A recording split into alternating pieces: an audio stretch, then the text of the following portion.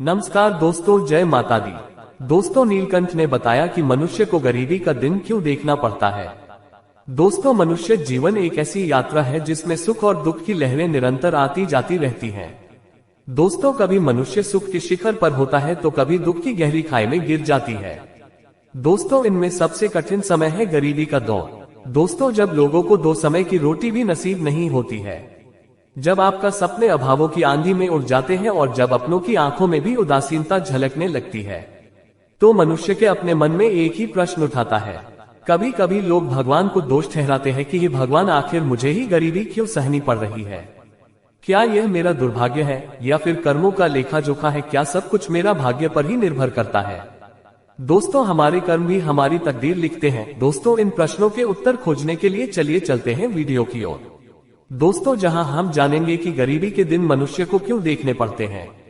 दोस्तों, झारखंड की हरी भरी पहाड़ियों के वादियों में एक छोटा सा गांव था जिसका नाम था गांधीपुर। दोस्तों, इस गांव में एक घना जंगल था जहां एक बरगद का बहुत पुराना पेड़ खड़ा था और इस पेड़ पर एक तोता और उसकी मित्र तोती रहते थे।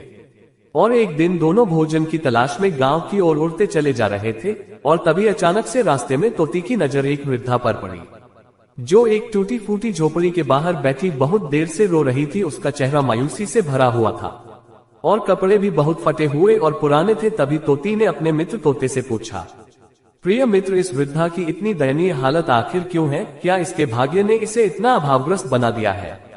तभी दोस्तों तोते ने गंभीर स्वर में कहा, प्रिय मित्र, यह कहना पूरी तरह ठीक नहीं है कि केवल भाग्य ही गरीबी या समृद्धि का कारण होता है।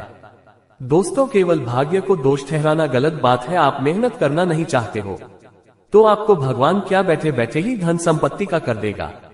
इसलिए आप मेहनत करो और आप आगे बढ़ो। लेकिन फिर भी मैं आगे बताता हूँ, इसके पीछे कई और कारण भी हैं। इसलिए मैं तुम्हें एक कहानी सुनाता हूँ जो इस रहस्य को उजागर करेगी। फिर तोती ने उत्साह पूर्वक कहा, प्रिय, कृपया वह कहानी सुनाए।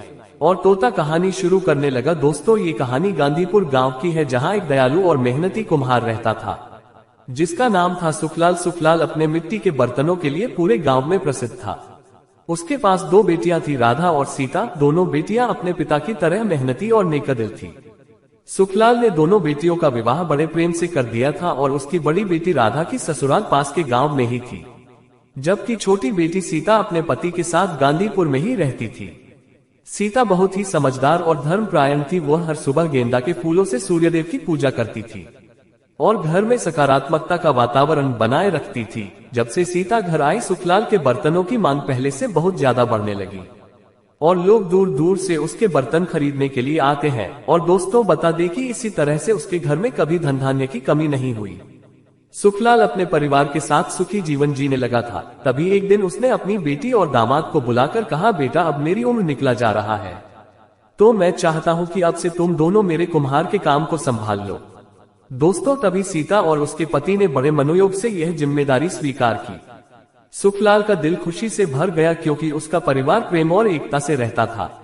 लेकिन गांव के कुछ लोग सुखलाल की इस समृद्धि को देखकर जलने लगे थे और सोचते थे कि यह कुम्हार इतना सुखी क्यों है। आखिर इसके पीछे क्या राज है? इसके बर्तन इतने ज्यादा क्यों बिकते हैं? जैसा कि कहा जाता है दोस्तों, मनुष्य अपनी सफलता से उतना प्रसन्न नहीं होता जितना दूसरों की तरक्की देखकर बेचैन हो जाता है और यह मानव जीवन का सच्चाई है। इनमें से एक था गांव का पंडित दुर्गाचरण, जो सुखलाल का कुल पुरोहित था। कुछ ईर्ष्यालु गांव वासियों ने पंडित के पास जाकर कहा, पंडित जी, आप दिन रात पूजा पाठ करते हैं, फिर भी आपके घर में धन का बहुत अभाव है। दूसरी ओर सुखलाल का घर धन धान्य से भरा हुआ है। वह अपनी बेटी सीता के बनाए स्वादिष्ट भोजन का आनंद आराम से बैठे बैठे ले रहा है, लेकिन आपको कभी पूजा के लिए नहीं बुलाता है। अगर वह आपको यज्ञ या अनुष्ठान के लिए नहीं बुलाएगा तो आपकी आजीविका कैसे चलेगी? आप अपने परिवार को भोजन कैसे करवाएंगे? इन बातों ने पंडित दुर्गाचरण के मन में लालच और जलन की आग भड़का दी। फिर उसने सोचा, मुझे कुछ ऐसा करना होगा जिससे सुखलाल का घर बर्बाद हो जाए और वह मुझे पूजा के लिए बुलाए। दोस्तों, तभी पंडित अपने गुरु के पास गया और बोला, गुरुदेव, मेरी मदद कीजिए। सुखलाल के घर में सुख समृद्धि धन दौलत बहुत ज्यादा है, लेकिन वह मुझे पूजा के लिए कभी नहीं बुलाता है। अगर यही हाल रहा तो मेरा परिवार भूखा मर जाएगा और मैं और मेरा परिवार सब रास्ते में आ जाएंगे।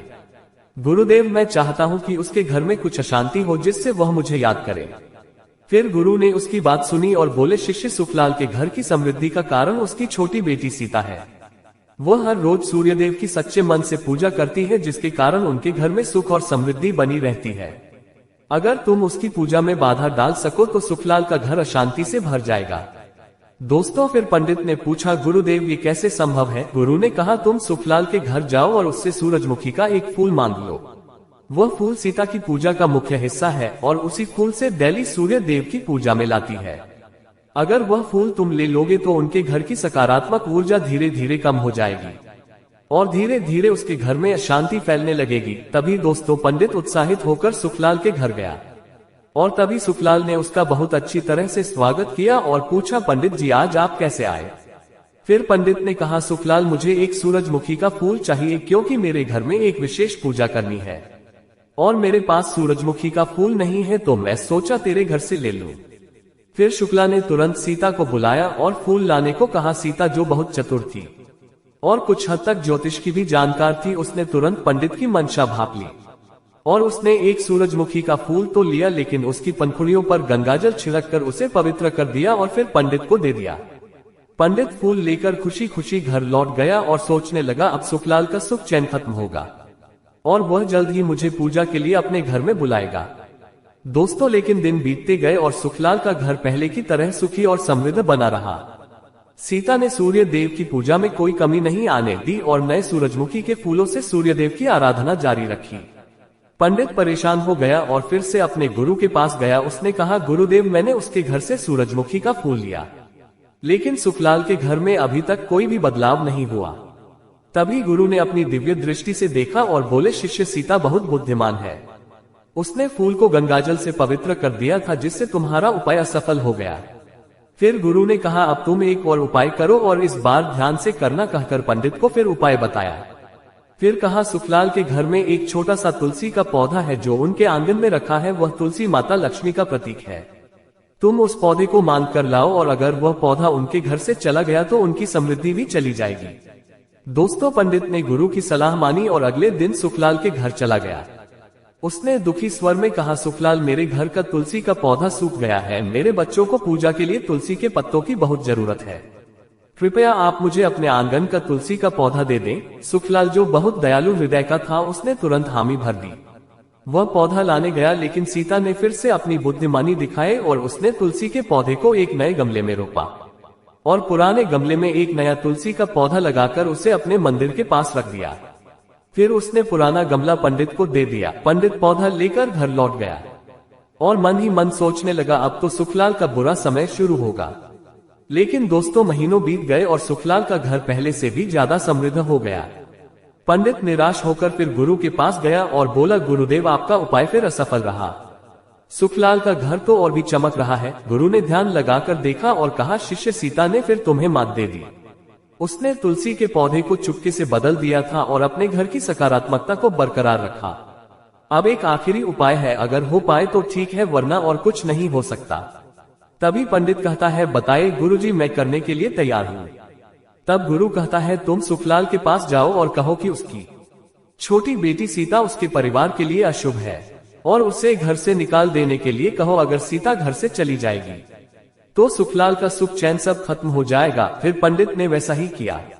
वह सुखलाल के घर उनके पास गया और गंभीर स्वर में बोला, सुखलाल, तुम्हारे घर पर बड़ा संकट मंडरा रहा है और तुम्हें अंदाजा भी नहीं है। तुम्हारी छोटी बेटी सीता इस बड़ी संकट का कारण है। जब तक वह इस घर में रहेगी तुम्हारा परिवार दुखों से घिरा रहेगा। उसे तुरंत घर से निकाल दो। दोस्तों, तभी सुखलाल पहले तो हिचकिचाया, लेकिन पंडित के बार बार जोर देने पर वह डर गया। उसने सोचा, अगर मेरे परिवार पर सचमुच कोई संकट है तो मुझे कठोर कदम उठाना होगा।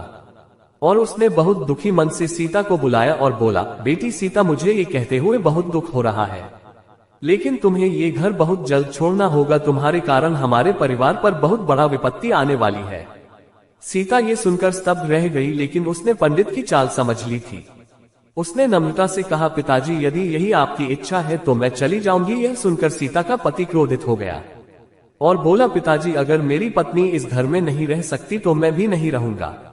और इतना बोलकर दोनों ने अपना सामान बांधा और पास के एक शहर में चले गए। वहां उन्होंने एक छोटा सा घर किराए पर लिया और सीता के पति ने अपने मेहनत से एक नया बर्तन बनाने का कारखाना शुरू किया। दोस्तों, सीता की बुद्धिमानी और उनके सूर्यदेव के प्रति समर्पण के कारण उनका कारोबार तेजी से बढ़ने लगा। कुछ ही समय में वे संपन्न हो गए और शहर में एक बड़ा सा घर भी खरीद लिया। दोस्तों, इधर सुखलाल का घर पंडित की चालों के कारण बर्बादी की ओर बढ़ने लगा।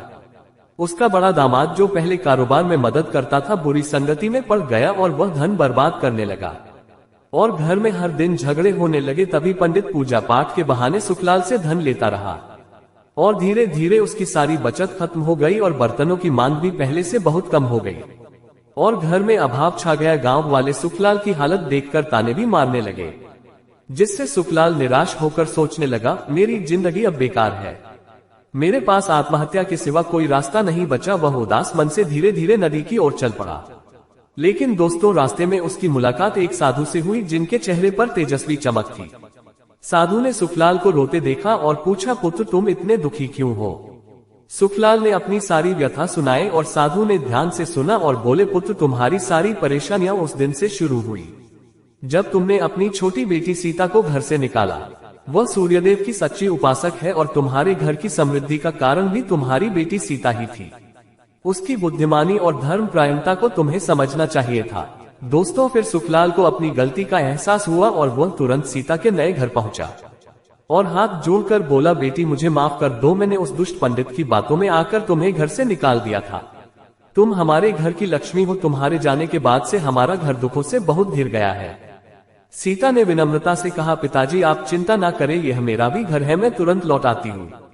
सीता और उसका पति सुखलाल के साथ घर लौट आए और फिर कुछ ही दिनों में सुखलाल का कारोबार फिर से चल पड़ा और घर में सुख शांति लौट आए। दोस्तों, तोते ने अपनी पत्नी से कहा, प्रियत अब मैं तुम्हें एक महत्वपूर्ण बात बताता हूँ। जिस घर में इन 3 प्रकार के लोगों की बात मानी जाती है वहां विनाश निश्चित है। नंबर 1, दोस्तों, जहां अहंकारी और लालची लोगों की बात सुनी जाती है उस घर में कभी माता लक्ष्मी वास नहीं करती है।